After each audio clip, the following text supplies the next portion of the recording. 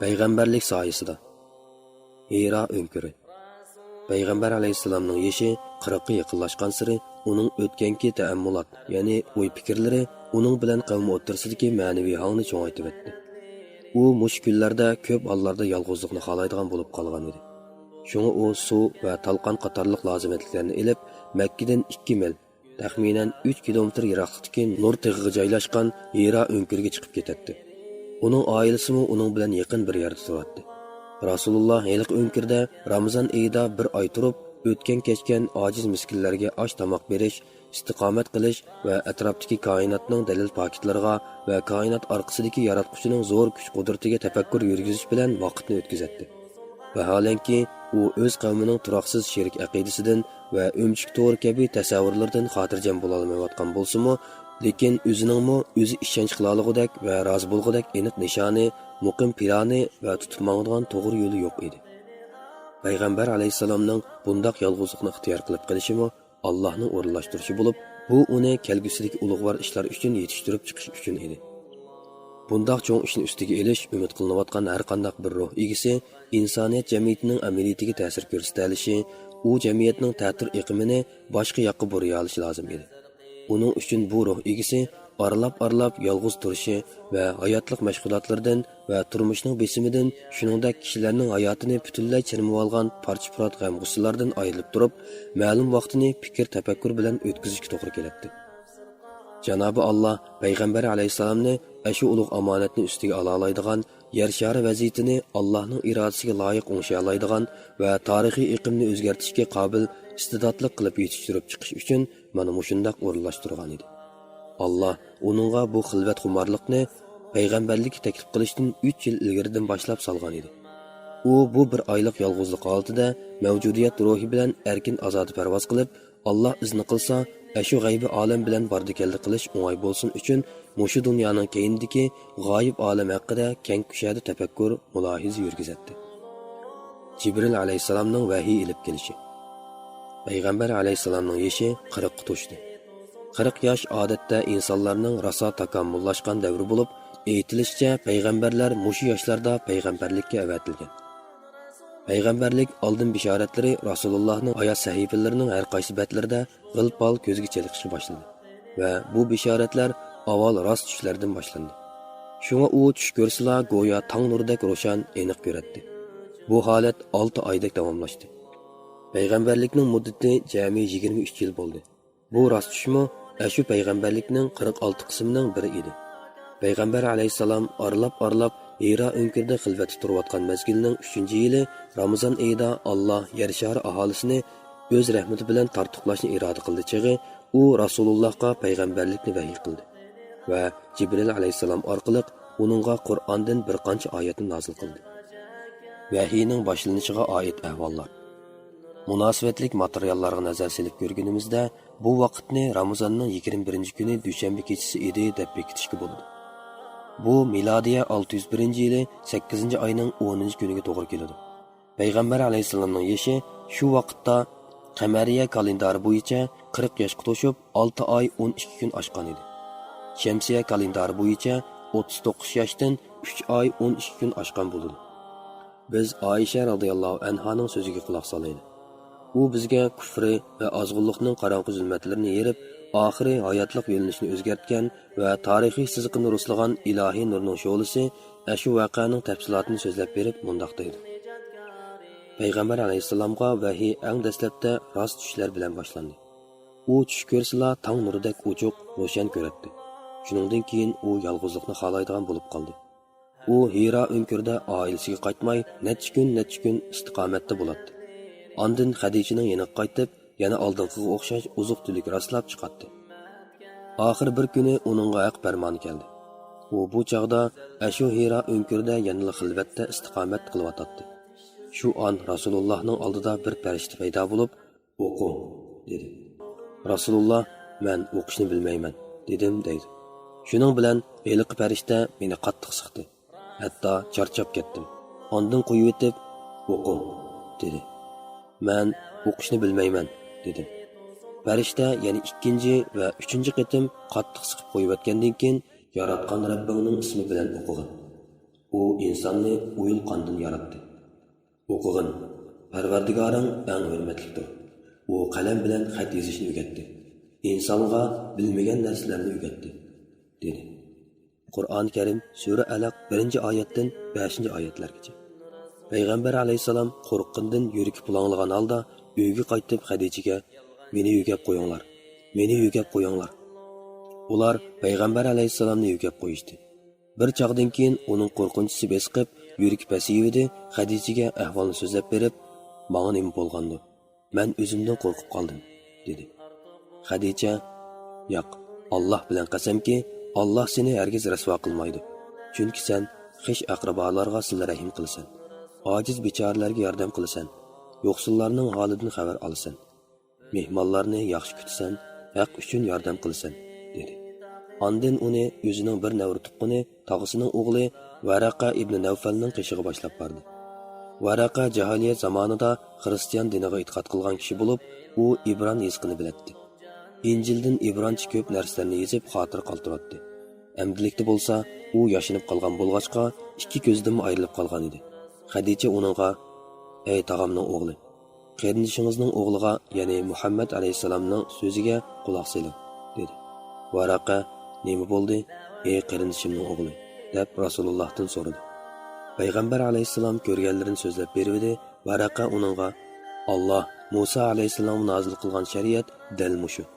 Kashki men yosh navqiron bo'lsamchi, qavming seni qo'g'lab chiqarganda men hayot bo'lsamchi", dedi. Payg'ambar alayhisalom: "Ular meni qo'g'lab chiqararmi?" dedi. Varaqa: "Ha, payg'ambar bo'lgan odam dushmanlik bo'ladi. Agar men sening ash kunlaringgacha yashasam, sana kuchimning boricha yordam qilgan bo'lardim", dedi. Ondan uzun o'tmay Varaqa olamdan o'tdi, vahimu uzilib qoldi. İmam Tabari va Ibn Hisham Payg'ambar alayhisalomga vahiy tuyuqsiz kelgandan keyin uning g'ardan chiqib ketganligini, ondan yana qaytib g'arda istiqomatini davomlashtirganligini, shuningdan xili keyin Makka ga qaytganligini rivoyat qiladi. Tovandikilar uning rivoyatining to'liq tekstidir.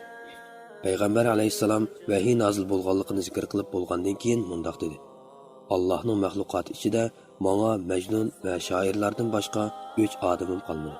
Hatta shoir va Majnun deganlarni ko'rmasam deydim." Payg'ambar alayhisalom yana mundaq dedi: "Men ko'nglimda mening shoir yoki Majnun bo'lib qolishim mumkin emas. Navoda shundaq bo'lib qolsamchu, Qurayshlar buni mangu ig'izin ig'izga ko'tarib yurishidi. Bu chaqda men egiz tog'larga chiqib, o'zimni etib o'lib olmanda, ondan mangu rohat olaman" deydim. Men shunda qilmoqchi bo'lib, necha qitim toqqa chiqdim. Hatto tog'ning yerimiga chiqib bo'lganimda osmondan: "Ey Muhammad, sen Allohning payg'ambari, men Jibril" degan sadoni angladim. Beshimni ko'tarib qarsam, Jibril ikki qadamini osmonning qa'rida ixtiyoriy qo'ygan holda: "Ey Muhammad, sen Allohning payg'ambari, men Jibril" deginicha turibdi. Shuning bilan men uningga qarab jim qetib qoldim. O'ylaganlarim dilimdan o'chdi. Ya oldimga, ya orqamga yanolmadim. Yuzimni qaysi yoqqa bursam, shu holat ko'rindi. Men ya oldimga, ya orqamga yanolmay shu peti turaveribdiman. Hatto Xadija meni izlab odam avatib Makkani qizitibdi. Bir damdan keyin shu ahvollar g'oyib bo'ldi. Menmi uyga qaytib, Xadijaning bag'riga beshimni qo'yib yotdim. U menga: "Abul Qosim, nelarda yurdingiz? Alloh bilan qasamki, men sizni ko'p izlab ketdim. Balalar sizni Makkaga kirib topolmay chiqdi", dedi. Men uningga ko'rganlarimni so'zlab berdim. Xadija menga: "Xush bo'ling, ey tog'amning o'g'li. Sabit barqadam bo'ling. Alloh bilan qasamki, men sizni mushu ummatning payg'ambari bo'lasizmikin deyman", dedi. Ondan berib Varaqaga ahvolni yana aytdi. Varaqa: "Katta ish bo'pti. Nihoyat katta ish bo'pti. Alloh bilan qasamki, uningga Musa alayhisalom kelgan ulug' shariat kepti. U cho'qim mushu ummatning payg'ambari bo'lgudak. Siz uningga aytib qo'ying, xotirjam bo'lsin", debdi. Xadija qaytib kelib, menga Varaqaning aytganlarini so'zlab berdi. Bu qitim Rasululloh yilqi g'ordagi istiqomatini oyoqlashtirib, Makka ga qaytib kelibdi, uni Varaqa izlab ketdi. Uning og'zidan ba'zi voqealarni anglab, "Alloh bilan qasamki, siz cho'qim mushu ummatning payg'ambari bo'lgudaksiz. Sizga Musa alayhisalom kelgan shariat kepti", dedi. Vahiyning uzilib qolishi. Ibn Sa'ad Abdullah ibn Abbas radhiyallohu anhudan vahiyning uzilib qolgan vaqtining faqat bir qancha kunli davomlashganligini naql qildi. Har qaysi taraflarga nazar solganimizdami, mush qarashning to'g'ri ham ishonchlik ekanligini ko'rib olaymiz. Ammo vahiyning uzilib qolishi 3 yil yoki 2,5 yil davomlashgan degan so'zlarning hech qanday dalili yo'q. Biz bu yerda uningga radiya berib o'ltirmaymiz. Payg'ambar alayhissalom vahiy uzilib qolgan mazgillarda qattiq bearam bo'lib, g'am andish his qiladi. Uni har tarafdan hayronlik va qo'rqinch bosadi. İmam Buxoriy Kitabut Ta'bir degan bobda tövandikidek rivoyat qilgan. Vahiy bir mahal uzilib qoldi. O'qishimizcha bu chaqda payg'ambar alayhissalom qattiq titit bo'lib, necha qatim tog' cho'qqisidan o'zini etib olib olish uchun tog'ning qiya cho'qqilariga yetib borgan. Bu vaqtda uning ko'z oldida Jibril alayhissalom paydo bo'lib, "Ey Muhammad, sen Allohning barhaq payg'ambari" deydi. Shuning bilan payg'ambar alayhissalomning dili taskin tepib, ko'ngli aromiga tushadi-da, yana qaytib keladi. Vahiy pat kelmagan sari u yana qayg'u alamga petib, oldinqidek qarorga kelib yo'lga chiqadi. Hatto tog' cho'qqisiga yetib borganda Jibril alayhissalom yana paydo bo'lib, eliq so'zini takrorlaydi. Vahiyning qayta aslik kelishi. Ibn Hijriy mundaq deydi. Bu, ya'ni vahiyning bir qancha kun uzilib qolishi payg'ambar alayhissalomda vahiy nozil bo'lgan tufayli paydo bo'lgan qo'rqinchni yo'qotish va vahiyning aslik kelishini sig'indirish uchun edi. Payg'ambar alayhissalomning engidan tengirqash qor tumanlari asta-asta zoil bo'lib, haqiqat dog'dam yo'llari ro'shan, aniq ko'rinishga boshladi. U o'zining tangdoshsiz buyuk Allohning payg'ambari bo'lganligini va o'ziga osmon xabarini yetkazadigan farishtaning vahiy elchisi ekanligini tunib yetdi. Rasulullohning vahiyni seg'inishi uning vujudida mushi yo'lda duch keladigan qiyinchiliklarga qarta sabit bir qadam tuyg'usi va mustahkam iroda tikladi. Shuningdan keyin uningga Jibril alayhissalom ikkinchi qatim vahiy elib keldi. İmam Buxoriy Jabir ibn Abdullah radhiyallohu anhudan rivoyat qilib, payg'ambar alayhissalomning vahiy uzilib qolganligi to'g'risida so'zlab berganligini rivoyat qildi. U mundaq dedi: "Bir chaqda men ko'chada ketayotdim. Osmon tarafdan bir ovoz anglandi. Beshimni shundoq ko'tarib qarasam, Elqi Hira g'orida kelgan farishta havo bo'shliqida cho'ng bir o'rindiqda o'ltiribdi. Men uningdan qattiq qo'rqib, yerga yiqildim va uyga qandoq kelganimni bilmayman. Kelibla meni yugab qo'yinglar. Meni yugab qo'yinglar" dedi. Shuning bilan uydagilar meni yugab qo'yishdi. Bu chaqda Alloh taolo Muddassir surasidan tövandagi oyatlarni nozil qildi. "Ey vahiy nozil bo'lgan chaqda kiyimiga cho'mkib olg'uchi payg'ambar, tur, insonlarni Allohning azobidan ogohlantir. Parvardigoringni ulug'la, kiyimingni pok tut. Azobdan, ya'ni azobga qoldiradigan ishlardan yiroq bo'l." Shuningdan e'tiboran vahiy orqa-marqa uzilmay nozil bo'lishga boshladi. Vahiy turlari haqida tushuncha. Biz Muhammad alayhissalomning payg'ambarlik va elchilik hayotining tafsilotiga tutish qilishdan avval ashu payg'ambarlikning manbasi va islom davlatining asli ximir turishi bo'lgan vahiyning turlarini tunib olishimizga to'g'ri keladi. Ibn Qayyum vahiy turlarini darajaga ayirib mundaq degan. Birinchisi rost tush. Bu payg'ambar alayhissalomga vahiyning boshlanishi bo'lgan edi. Ikkinchisi payg'ambar alayhissalom tövandagi hadisda Jibril alayhissalom mening qalbimga har qanday bir nafs o'z rizqini yeb bo'lmoqcha hargiz o'lmaydiganligini ilqo qilib tashladi. Shunga sizlar taqvodorlikni lozim tutinglar. Rizqi talab qilishda to'g'ri yo'l tanlanglar. Rizqning kechikib qolishi Allohga osiylik qilib rizq izlashga elib bormasin. Allohning noz-ne'matlariga faqat Allohga itoat qilish bilan erishgili bo'ladi. Deganiga o'xshash Rasulullohning qalbiga farishtaning vahiy ilqo qilishi, ya'ni vahiy tashlashi. Ammo Rasululloh u farishtani ko'zi bilan ko'rmaydi. Uchinchisi, farishta payg'ambar alayhissalomga odam suratida kelib, yuz turani so'zlaydi. Payg'ambar alayhissalom uning aytganlarini asli qoldirib oladi. Bundaq chaqda uni sahobalarmi ko'ralaydi. To'rtinchi, ba'zida vahiy qo'ng'iroq ovozidek jaranglik keladi. Bu xildagi vahiyning besimi payg'ambar alayhissalomga nisbatan eng og'ir bo'lib, vahiy farishtasi shu ovoz bilan birga keladi. Hatto qahraton sovuq kunlardami Rasulullohning beshonalaridan chap-chap tarlar eqib tushadi. Navoda Rasululloh uloq ustida bo'lsa, uloq tizilib o'ltirib qoladi. Bir qatim Rasulullohga mush tariqada vahiy nozil bo'lgan edi. Bu chaqda Rasululloh putini Zayd ibn Sabitning putiga qo'yib o'ltiroliq edi.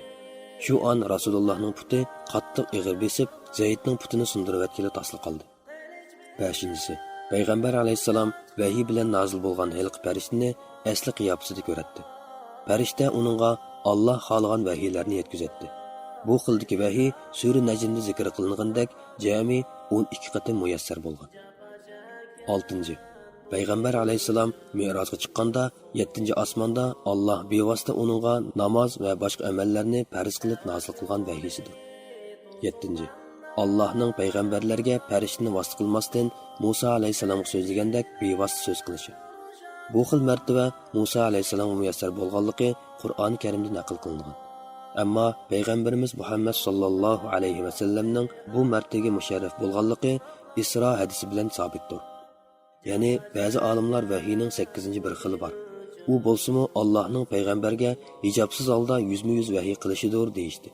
Bu ahli salaf, ya'ni burunqi ulamolar bilan ahli xalaf, ya'ni keyingi ulamolar o'rtasidagi ixtilofliq masaladir. Alhamdulillah. Vahiyning 1 va 8 martabasini ozroq qisqartirib naql qilish bilan vahiy turlarining tunishtirilishi oyoqlashdi. Ilohiy chaqiriq va uning moddalari.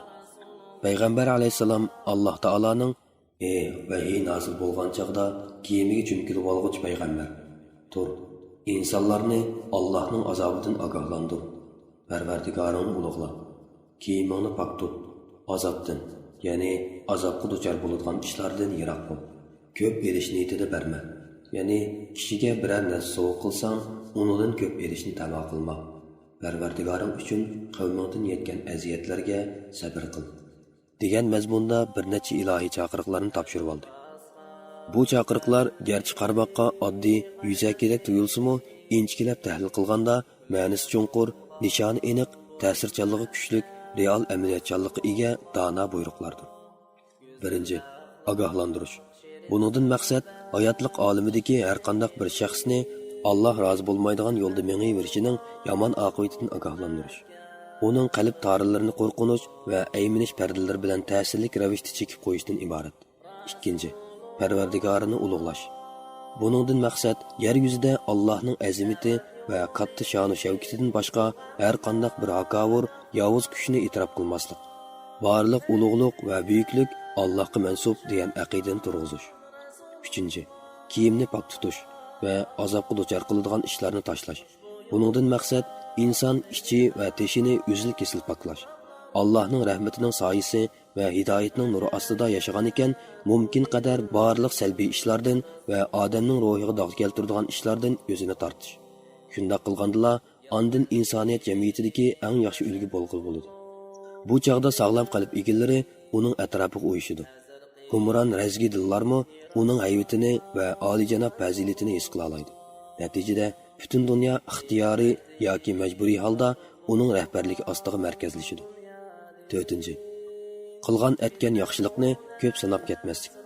Buningdan maqsad inson o'zining yaxshi ish harakatlarini, ko'rsatgan tirishchanliklarini bak cho'ng sanab ketmaslik. Davomliq harmay talmay tirishib ishlash, jafo chekish, badal to'lash va qurbonlik berish irodasini tiklash. Uningdan keyin bu ishlarning hammasini unutib ketish. Balki Allohni o'ylaganda qilgan yaxshi ish, yaxshi faoliyatlarni eslab yuradigan emas, hatto o'zini unutadigan barligini Alloh yo'lida fido qiladigan irodaga kelish. Oxirgi oyatda pat arada payg'ambar alayhisalom haqqoniyatga qarshi zolimlarning qarshilik, mazoq va masxiralariga, payg'ambar alayhisalom va uning ashablarining o'ltirilish, qasdlashlarga, hatto uning atrofiga uyushgan mo'min musulmonlarni tal-to'kis yo'qotish g'arazlarida bo'lish qatorliq aziyat kulfatlarga uchraydiganligi to'g'risida ishorat berilgan. Hamda Alloh taolo payg'ambar alayhisalomni shaxsiy manfaatini deb emas, balki faqat va faqat Allohning roziligini ko'zlab, yuqoridagi har qanday qiyinchilik, og'ir kulfatlarga parvo qilmay, botiron jasorat bilan olg'a ilgirlashga buyurgan. Allohu akbar. Bu amr farmonlar ko'rinishda to'liq oddiy, ammo kishining qalbiga ta'sir qilishi va amaliyotchanligi nima degan kuchli. Ahamiyati nima degan zo'r. Butun dunyoni birli nishonga yetaklashda nima degan yorqin va jalb qilarliq. Yuqorqi oyatlar da'vat va vaz-nasihat moddalarini o'z ichiga olgan bo'lib, inzor, ya'ni ogohlantirish so'zining o'zila hayotlikdagi ba'zi amallar o'z egallariga intayin yomon oqibat keltiradiganligini uqtirdi. Alayli odamlar o'zlarining nom amallarining natijasini mushu dunyoda to'liq va naq ko'rolmaydiganligi hammaga ayon. Ularning amallarining yaxshi yomon jazo mukofoti mushu dunyoda hargizmi yepidan yig'nisigacha to'liq muayyanlashtirilmaydi.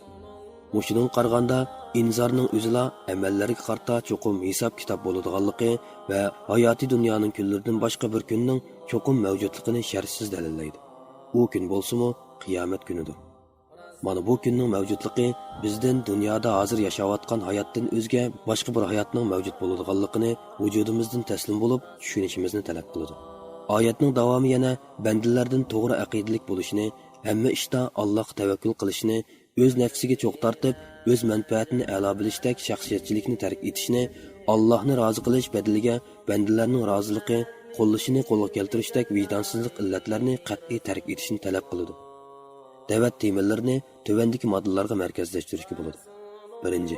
Tavhid, ya'ni tabiatning yaratquchisi va boshqaruvchisi yakka yagona Alloh deb e'tiqod qilish. 2. Qiyomat kuniga iymon keltirish. 3. Yomon oqibatlarga elib boradigan munkar, fohisha ishlardan qo'l uzish va ulug'vor, go'zal, yaxshi ishlarni ko'plab qilish orqali o'z nafsini poklash. 4. Ishlarning hammasini Allohga topshirish. 5. Yuqorqi belgimalarning hammasini Muhammad alayhisalomning payg'ambarligiga iymon keltirgandan keyin uning to'g'ri rahbarligi va dono yo'l yo'riqlari ostida elib berish qatorliqlar. Ondan oyatning boshlanishida buyuk Allohning payg'ambar alayhisalomni bu ulug'vor ishga taklif qilish nidosi va uni g'aflat uyqusidan va beshini chumkib olib bexud yetib olishdan jihad qilish, kurash qilishga va jafo mushaqqatga chaqirish nidosi bilan boshlanadi. Mazkur oyatda go'yo ey Muhammad, bir kishilik nafsi jini uchunla yashovchilar jafo tortmay rohatlik yashashi mumkin. Ammo senga o'xshash bundoq ig'ir yukni o'z zimmasiga olg'uvchilar uchun aytganda uyquning nima keragi? Rohat farog'atning nima keragi? Illiq firosh, tinch turmush va ko'rkam mol-matolarning nima keragi? Tur, ulug'vor ishlar seni kutmoqda. Ig'ir yukni zimmanga elish uchun tur. Jafo mushaqqat va qiyin kulfatlar uchun tur. Qong'ichi uxlash, rohat farog'at va huzur halovatning vaqti kelmasga ketdi. Endi bugundan itiboran izchil bidorlik va uzoq so'zilgan jafoliq kurash boshlanadi. Tur, mushu ishlar uchun tayyor tur va buyruq kut deyilgan edi. Mana bu qat'iy ham keskin buyruq payg'ambar alayhisalomni oila shodligidan, rohatlik illiq ko'rpisidan va tinch xotirjam turmushdan so'rab tortib chiqib, kishilarning ideviy ahvoli va turmush amaliyotidagi mavqesizlik, xurofotlik va bo'lmag'in nohaqchiliklar orasiga ixtiyorsiz ittirib akirdi. Payg'ambar alayhisalom bu buyruqqa binoan o'rnidan dast turdi. U shu turguncha 20 yildan ko'proq vaqt izchil mustahkam, sabit barqadam turdi. Deb rohat sig'inib o'ltirmadi. Erib to'xtab qolmadi. Endi bo'ldi qilay demadi. O'z shaxsiyati va yoki oila tavobatlari uchun yashamadi. U yer sharidagi eng ig'ir yuk, cho'ng omonat yukini, insoniyatning aqida yukini va har qaysi maydonlardagi jang va jihad yukini o'z zimmasiga olib, harmay talmay izchil Allohning diniga da'vat qilib, 20 yildan ko'proq hayotini kurash maydonida o'tkazdi. U bu ilohiy chaqiriqni topshirib olib, payg'ambarlik vazifasini ustiga olgandan buyon bir ishni yana bir ishga to'qinishtirib qo'ymadi. Bir ishni deb yana bir ishni oqsitib qo'ymadi. Alloh uningga biz va barliq musulmonlarga vakolatan eng yaxshi mukofot ato qilsin. Amin. Tövəndiki qurlar payg'ambar alayhisalomning da'vat elib borgan muddatdagi jafoliq, kurashchan umr manzillarining kichikirtilgan tasviridir. Uni ko'ngil ekraningizdan o'tkazib ko'rgaysiz. Da'vat yo'li to'silganda kafirlarga qilich bilan urush ochgan Rasululloh. Ushbu yo'lda qini japa chekkan bu din uchun